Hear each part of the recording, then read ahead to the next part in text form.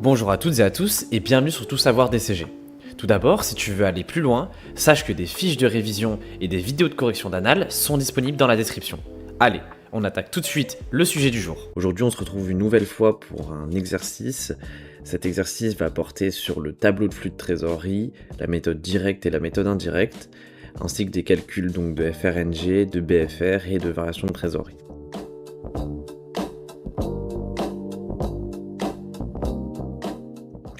Alors pour cet exercice, voici l'énoncé. Je vous conseille d'essayer de le faire de votre côté et ensuite revenir pour la correction. Donc on commence tout de suite. Alors la première chose, ça va être d'établir le FRNG. Le FRNG, le BFR et la variation de la trésorerie. Le FRNG, pour rappel, c'est les ressources stables moins les emplois stables. Donc nous, ce qu'on veut, c'est la variation du FRNG. Idem pour le BFR. Alors, en termes de ressources stables, on a les capitaux propres, on a également les dettes financières à long terme, hors CDC, donc c'est à long terme uniquement. Et enfin, on a également les dotations, donc les DAP, qui sont présentes au bilan. Ce qui nous fait donc un total. On a donc ici N, N-1, puisque ce qu'on veut, c'est la variation. Idem pour le BFR. Donc ça, c'est pour les ressources stables. Et nous, ce qu'on veut, c'est également les emplois stables. Et bien les emplois stables, on va limite reprendre le tableau, puisque c'est toutes les immobilisations. Donc tout ce qu'on a pu acheter, entre guillemets, avec nos ressources stables. Donc les IMO, on va vite faire garder au bilan, puisque comme ça, au moins, on ne se trompe pas. On a des immobilisations incorporelles et des immobilisations corporelles. Donc on va juste mettre celle-ci. Mais sinon, il y a également IMOFIN. Alors dans les capitaux propres sont simplement la somme du capital, des réserves et du résultat. En N, on a des capitaux propres qui s'élèvent à 39 600, comme il est indiqué dans l'énoncé. En N-1, les capitaux propres s'élèvent à 45 420. On va donc faire la variation juste ici. Les dettes financières à long terme, eh bien, c'est indiqué juste ici, ce sont les emprunts. Il faut bien regarder, donc, est-ce qu'on a des CBC dans ces emprunts ou des ICNE. En l'occurrence, on n'en a pas. Souvent, il y a une astérisque et c'est écrit juste en dessous. Ici, on n'en a pas. Donc, les emprunts sont des dettes financières à long terme, 21 600 et 25 200. Les dotations aux amortissements, donc ici, on a uniquement des dotations aux provisions. Sinon, on pourrait avoir également des dotations aux amortissements et des dotations et les dépréciations également, mais ici, c'est simplement des provisions. Donc, on va les indiquer juste ici. Donc, c'est 2400 et 3000. On a donc un total de ressources stables qui a varié de 10 020 sur cette année-là.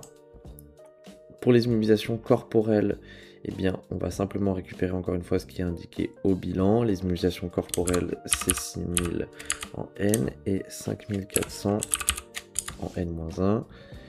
Et les immobilisations incorporelles, on a 36 000 et 33 600.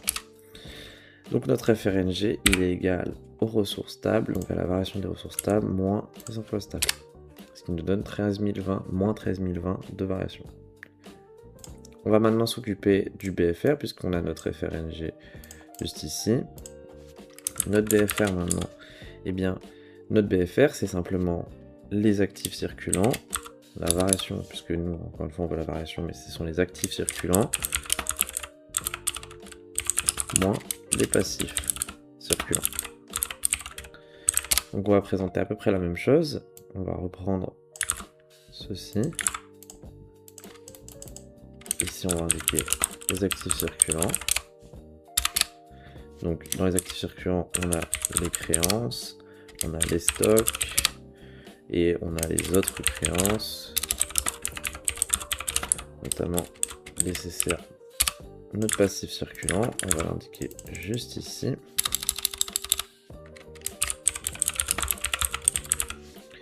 Notre passif circulant, cette fois-ci, donc on a les fournisseurs, également les autres dettes. Donc ça, c'est tout ce qui est fiscal et social. Donc on a juste à remplir, encore une fois. Ce qu'il faut là pour l'instant, en fait, c'est connaître ce qui compose les ressources stables, les emplois stables, les actifs circulants et les passifs circulants. Après, on a juste à remplir. Donc par exemple, les clients, on a 9600 et 12000.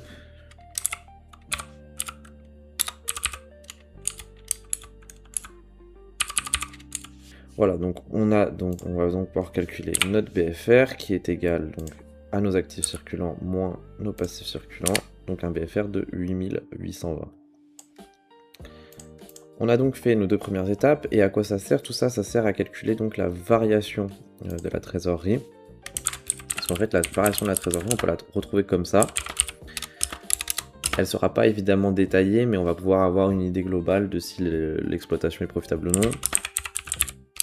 Parce que la variation de la trésorerie, c'est la variation du FRNG moins var du BFR. Pourquoi? Parce qu'en fait, le FRNG, c'est ce qui va nous permettre de financer notre besoin. Et donc là, naturellement, on va bien se douter que la variation de la trésorerie va être négative, puisque notre FRNG est plus négatif que notre BFR. Donc ici, on a juste à faire notre variation du FRNG moins notre variation du BFR, ce qui nous donne donc moins 4200. On a donc répondu à la première question. C'était assez simple dans l'ensemble, c'était pas là où on est censé se casser les doigts. Établir la première partie du tableau de financement, vérifier que le solde de ce document correspond bien avec la variation du FRNG trouvée à la question précédente. Là, on va attaquer une étape un peu plus importante, puisqu'on va détailler notre variation du FRNG, on va détailler ce qui nous permet de nous financer. Donc le tableau de financement, il faut le connaître.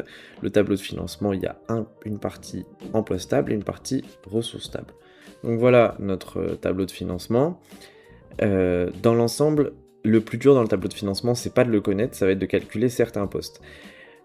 Une fois avoir tracé son tableau de financement sur notre copie, ce qu'il va falloir détailler, on va tracer une ligne en dessous en écrivant détail des calculs, puisqu'il va forcément nous falloir détailler certains calculs, notamment les dividendes et la CAF, qui sont deux des calculs en général qu'il faut détailler à tous les coups. Donc les dividendes, souvent en fait, pourquoi il faut les détailler? Parce qu'il faut les retrouver. Les dividendes, on ne les trouve pas de façon évidente, on ne sait pas ce qu'on s'est versé, surtout que parfois il y a des augmentations de capital, et donc c'est une formule qu'il faut apprendre, enfin une mise en équation qu'il faut apprendre plus exactement. En fait, pour faire simple, il faut réfléchir par déduction. On a donc nos capitaux de n-1. Sur ces capitaux de n-1 s'ajoute le résultat de n qu'on va incorporer au capital. Et également s'ajoutent les potentielles augmentations de K. Et ici, c'est ici que tout cela devient intéressant, puisque vient justement les dividendes. Et tout ça, c'est censé nous donner notre capitaux de n. Donc en gros, l'étape, c'est que au capital de n-1 s'ajoute le résultat de n, s'ajoutent les augmentations de capital, et on enlève les dividendes. Et on est censé avoir les capitaux de n. Parmi tout ça, le seul élément qu'on n'a pas, c'est les dividendes, pardon. Et donc, on a une équation ici, puisque les capitaux de n-1, en l'occurrence, on les a, ils sont indiqués juste ici, c'est 45 420. 45 420. Les capitaux de n, on va aller directement, c'est 39 600. Le résultat de n, il est indiqué juste ici, c'est 3 780. L'augmentation de capital, souvent, elle est indiquée juste ici. ACD 2801, intérêt... Non, il n'y en a pas ici. Donc, en posant une équation, on retrouve justement nos capitaux de n. Donc pour faire simple, comment est-ce qu'on va retrouver ça? Eh bien, donc les capitaux propres de n-1 plus le résultat et l'augmentation de capital potentiellement moins les capitaux de n, ça nous donne nos dividendes de 9600. Donc c'est comme ça qu'on retrouve cette ligne-là.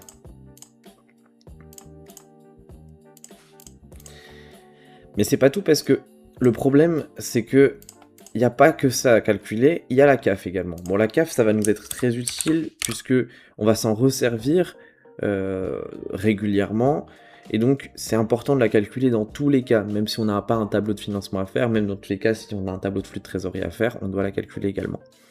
Donc la CAF, moi, la formule que je préfère personnellement, c'est le résultat net de N, plus les dotations aux amortissements, aux provisions et aux déprestations, moins les reprises, moins les subventions,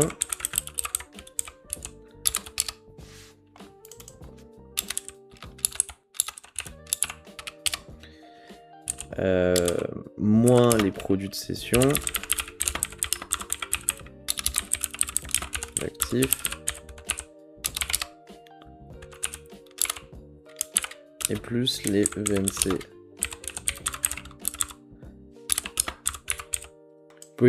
Vous pouvez évidemment aller plus vite directement ici en faisant les plus-values de cession. Hein. C'était juste ici pour détailler. Il y a une autre formule de la CAF, je ne vais pas la détailler ici, mais il est possible de la calculer de deux façons. Bon, moi je préfère la calculer de cette façon-là. Bon, le résultat net de N, encore une fois, on va remplir tout ça, hein, 3780. Les dotations, les amortissements aux provisions, bref, là on prend tout ce qu'il y a dans le compte de résultats relatif à ça. Donc les amortissements, on en a 3600, les provisions, on en a 600. On a juste à faire la somme de tout ça. Ce qui nous donne donc 5980 juste ici. On va donc pouvoir remplir nos dividendes et notre CAF. Souvent après, on n'a plus à calculer quoi que ce soit, ou parfois il faut déduire. Ça va être notamment le cas parfois des acquisitions d'immobilisation. Comment est-ce qu'on fait pour déduire les acquisitions d'immobilisation? En fait, on va souvent partir, donc, des acquisitions ou des cessions d'ailleurs, hein, parce que c'est assez symétrique. On va partir des immobilisations nettes de N-1, auxquelles on va soustraire les cessions en valeur nette comptable, auquel on va soustraire également les amortissements et auquel on va y ajouter X. Donc X, c'est ce qu'on cherche, c'est les acquisitions, pour obtenir nos IMO nettes de N. En fait, il faut réfléchir un peu de la même façon qu'on a réfléchi pour les dividendes, c'est-à-dire que il faut partir de l'exercice précédent, il faut y ajouter toutes les opérations qu'on connaît, et celles qui donc impactent le total des immobilisations de l'exercice actuel. Et donc parmi ces opérations, souvent il va y en manquer une, et c'est celle-ci qu'il va falloir poser en équation pour la trouver. Je ne sais pas si c'est clair mon raisonnement, mais même sans connaître la formule ou quoi que ce soit, on peut déduire le poste à trouver. Bon, ici, les acquisitions, elles ne nous sont pas données clairement, donc il va falloir les déduire. C'est pas forcément le cas, mais au moins on travaille. IMO net de N. Et donc là, ce qu'on cherche, nous on a les cessions, mais on n'a pas les acquisitions. Donc c'est X. Et ici, c'est bien les cessions de N. Vous allez comprendre pourquoi cette présentation est plus claire, parce que vous allez vous y retrouver avec celle des dividendes. Donc, les IMO nettes en N-1. Les immobilisations nettes en N-1, eh bien, elles sont juste ici, il y en a 39 000. Les cessions en N, eh bien, on en a cédé pour 2000, on met bien la valeur nette comptable des cessions. Les amortissements, on les a juste ici, dotation aux amortissements 3600. C'est bien les amos de N qu'il faut. Donc 3600. Donc ici, j'ai pas précisé, mais ça vient en négatif, évidemment. En gros, c'est ce qui va... En gros, il faut réfléchir en termes de flux. On avait 39 millions d'immobilisation. On en a cédé pour 2 millions. On a amorti pour 3 600 000. X, Ce qui est ensuite censé nous donner un total d'immobilisation de 42 millions. Et donc ici, avec ce trou-là, on est censé retrouver évidemment ce total. Comment est-ce qu'on fait ? Et donc, en partant des immobilisations nettes de n, en y enlevant les immobilisations nettes de n-1, en y ajoutant les cessions et les amortissements, on en déduit les acquisitions, donc 8600. Donc c'est une équation tout simplement. Parfois elles sont données, parfois pas, donc il faut savoir le faire. Donc les acquisitions, cette fois-ci malheureusement on n'a pas le détail, donc c'est 8600. Si elles sont pas données, en général, enfin s'il ne faut pas les trouver, en général on a un tableau des immobilisations, et c'est dans la colonne augmentation qu'on connaît justement le montant des immobilisations. Au niveau des cessions, cette fois-ci on les a puisque c'est 2000. On a simplement le détail que c'est une immobilisation et on n'a pas la nature de l'immobilisation cédée, mais bon, c'est pas grave. Le remboursement des dettes financières.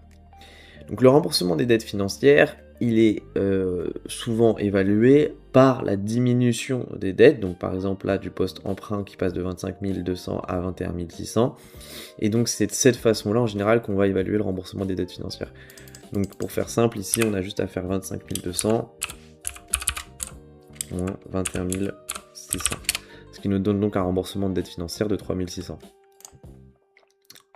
Donc souvent, ce qu'on n'a pas, c'est l'augmentation des dettes financières ou le remboursement. Mais souvent, ce qu'on n'a pas, c'est l'augmentation des dettes financières.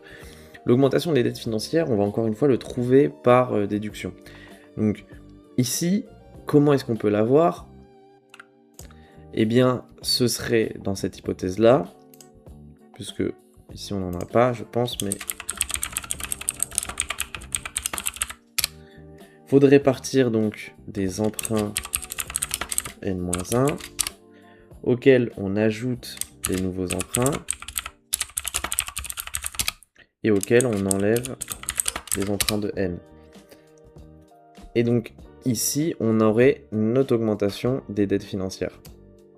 En faisant donc ici le signe c'est moins, enfin pardon, ici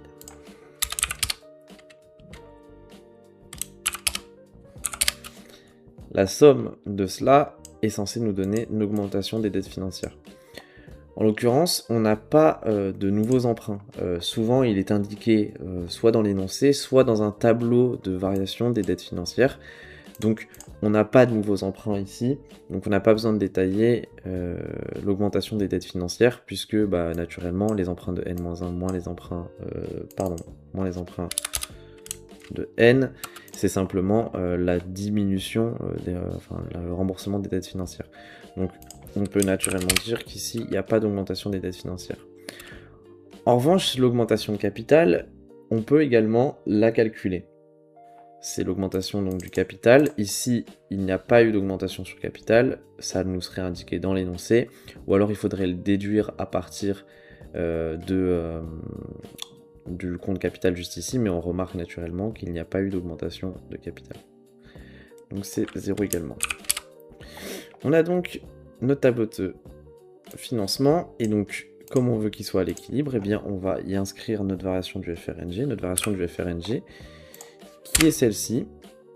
Donc ici, j'ai fait une petite erreur, il faut bien indiquer le montant. C'était bien 2800 qu'il fallait indiquer ici, puisque l'entreprise a cédé pour 2800, donc ici c'est le prix de cession et non la valeur nette comptable à indiquer. Donc en remplissant la variation du FRNG qu'on avait juste ici, eh bien on obtient donc 13 020 de FRNG, donc on a vérifié notre FRNG obtenu, ce qui nous donne donc un tableau de financement équilibré. Pour la troisième question, ça va être de calculer le flux net de trésorerie d'exploitation selon la méthode directe et selon la méthode indirecte. Bon, ici encore une fois, ça se corse, mais si on connaît correctement son cours, ça devrait le faire. Donc, premièrement, selon la méthode directe. Alors la méthode directe, pour rappel, c'est une méthode qui repose sur un principe de produit d'exploitation encaissable et de charge d'exploitation décaissable.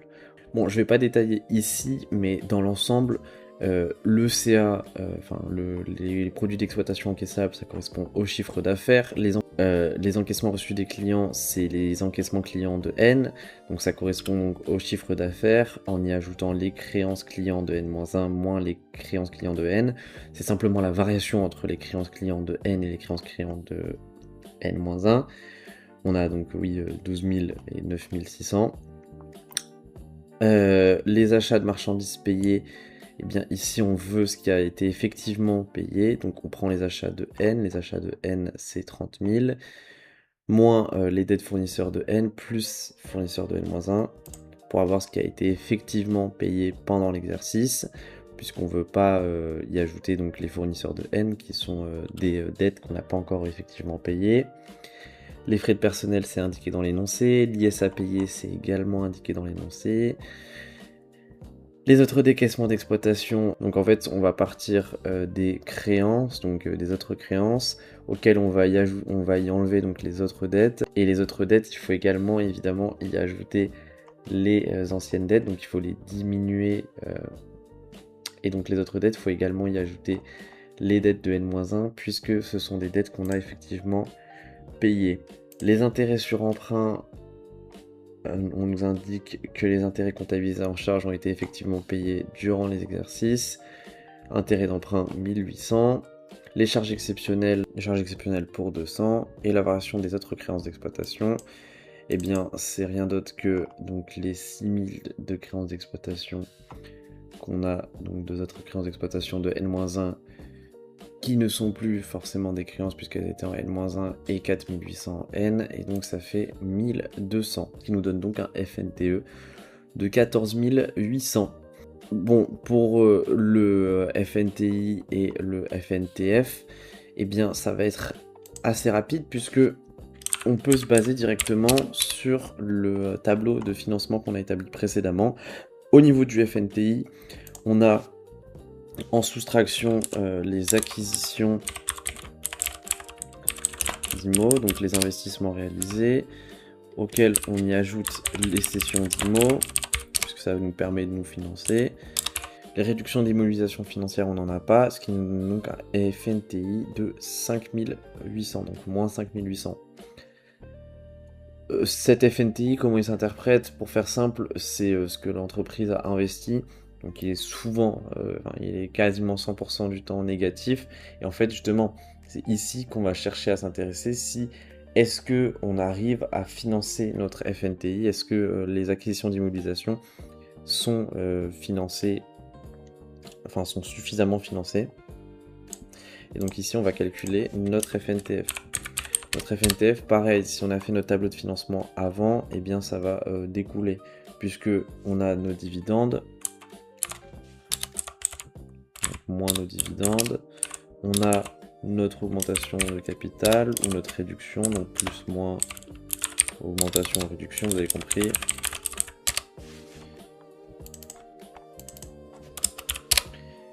On a également nos émissions d'emprunt. En fait, on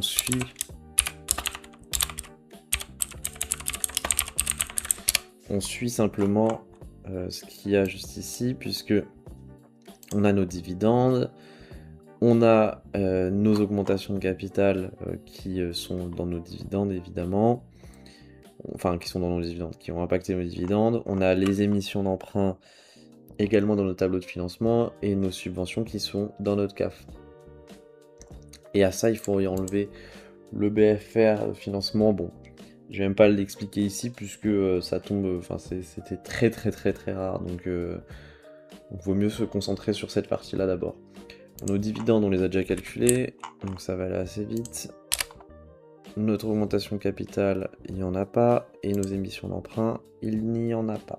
Ce qu'il ne faut pas oublier également, c'est les remboursements d'emprunt qui vont venir en diminution, puisque ça nous coûte de l'argent de rembourser les emprunts. Donc le remboursement d'emprunt, c'est 3600. Donc notre FNTF, eh bien c'est la somme de tout ça. Tout ça, il n'y a pas grand chose, hein. C'est 6000. Et donc on va pouvoir calculer enfin notre trésor, notre variation de trésor, qui est égal à 14 800 plus moins 5 800 plus 6 000, 15 000. 14 800 moins 5 800 moins 13 200 qui est égal donc à 4 200. On vérifie, on avait bien 4 200. Donc on est bon. Bon, pour la méthode indirecte, on va pas redétailler le FNTI et le FNTF puisque ça ne bouge pas, c'est simplement le FNTE qui bouge. Pour la méthode indirecte, je trouve, pour la méthode indirecte, c'est beaucoup plus simple le FNTE puisqu'on a simplement besoin de la CAF et auquel on va y retrancher la variation du BFR. Donc la CAF, on l'a calculée précédemment puisqu'elle est juste ici. Et la variation du BFR, on l'a calculée également précédemment puisque c'est ceci. Donc notre FNTE, c'est égal à ça moins ça, hop, ce qui nous donne donc bien 14. Ce qui nous donne donc bien 14 800. C'est beaucoup plus rapide à faire et c'est moins casse-gueule aussi, je trouve, puisque le problème avec la méthode directe, c'est que parfois la logique de flux, le fait que les créances on les a déjà payées et donc il faut les retrancher, enfin parfois on a tendance à s'embrouiller avec tout ça. Malheureusement, j'ai envie de vous dire, il faut connaître les deux méthodes et donc il faut savoir établir le tableau avec les deux méthodes. Une chose est sûre, cette partie-là ne bouge pas, qu'elle soit en méthode directe ou méthode indirecte, ça ne bougera pas. Il faut bien retenir quelques points sur lesquels je vais insister.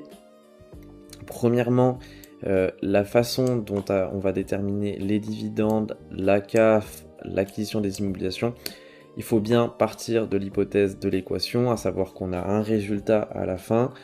Ce résultat, il part d'une source donc de n-1 auquel on y ajoute et on y enlève, enfin on y ajoute et on y retranche plein de choses. Et c'est justement ici qu'on va pouvoir déduire avec une équation nos éléments.